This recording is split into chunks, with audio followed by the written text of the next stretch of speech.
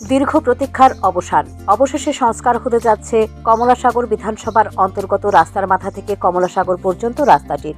এই রাস্তাটি সংস্কারে শীঘ্রই হাত দেবে পূর্ত দপ্তর। দীর্ঘদিন ধরেই বেহাল অবস্থায় পরিণত হয়েছিল এই রাস্তাটি, কিন্তু এতদিন এই রাস্তাটি সংস্কার করার জন্য এগিয়ে আসেনি সংশ্লিষ্ট দপ্তর।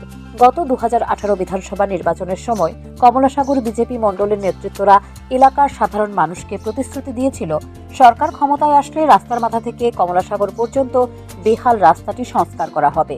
সরকার ক্ষমতায় আসার পরেও এলাকার মানুষকে দেওয়া কথা ভুলে যায়নি কমলাসাগর মণ্ডলের বিজেপি নেতৃত্বরা।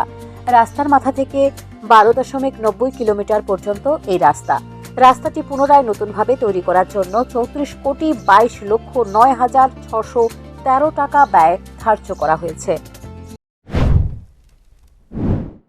আমাদের কমলাসাগর মণ্ডলের পক্ষ থেকে রাজ্য সরকার এবং মাননীয় মুখ্যমন্ত্রীর কাছে দফা দফা দাবি জানিয়েছি এবং ত্রিপুরা রাজ্যের মাননীয় মুখ্যমন্ত্রী আমাদের রাস্তার জন্য 33 কোটির উপরও স্যাংশন দিয়েছেন। তার জন্য আমরা কমলাসাগর মণ্ডলের পক্ষ থেকে মাননীয় রাজ্য সরকারের মুখ্যমন্ত্রী প্রফেসর ডক্টর মানিক সাহাকে ধন্যবাদ, অভিনন্দন ও নমস্কার জানাচ্ছি।